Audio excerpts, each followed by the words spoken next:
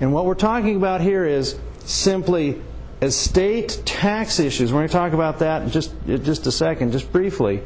It's been a big issue for people to sell estate planning, to sell insurance, and to sell other services. When the exclusion amount went to $3.5 million, I dare say most of your clients no longer have a taxable estate.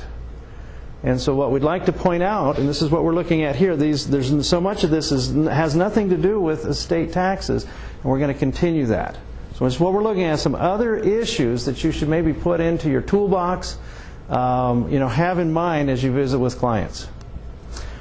Let's back up maybe just briefly and cover a couple of real basic principles. I know you know this, but maybe it's not been articulated to you this way, so let me back up. There's only two types of estate plans that you can get. We can talk about bypass trust, credit shelter equivalent trust, credit shelter equivalent bypass trust, A trust, B trust, family trust, marital trust, survivor's trust, decedent's trust. We can talk about that. We can talk about grits and grats and charitable remainder trust. We can talk about all that in that sense. Oh, geez, that's a lot of different plans. No, there's two. There's the one where you control what's going on and you make the decision. This is the one you design. Or the option is the one you get if you don't do anything. We'll talk about what you get if you don't do anything. Because there is a plan written for you. There is one in place already. But you can either design it or you get that one. And then when you talk to clients, if you sit down and say, okay, there's really only three places that your assets will go. You can leave it to people, to your family, or to other people.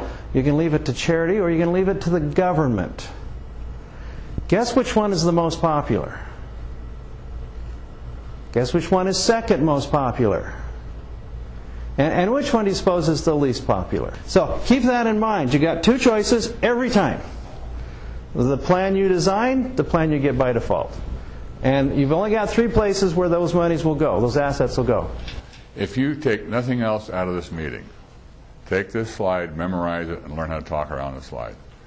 Simplicity motivates people. You can go in and talk to people about all the stuff, and there's all kinds of stuff, and you confuse people. You keep it simple.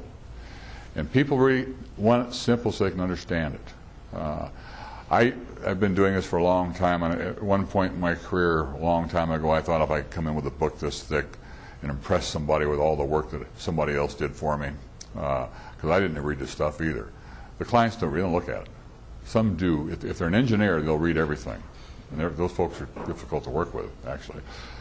But if you keep it simple, your money is going to go three places. It's going to go to your family, to charity, or government. You choose. If you want to control where it's going to go, you need to put a plan in place. If you don't want to do anything, the government has a plan for you. And most people don't want the government plan. How many of you have a will? How many of you have a trust? Some of you have a government plan. You all have a plan. It's just, if you don't have a plan you've put together for yourself, folks, you have a plan, and it may not be the one you want.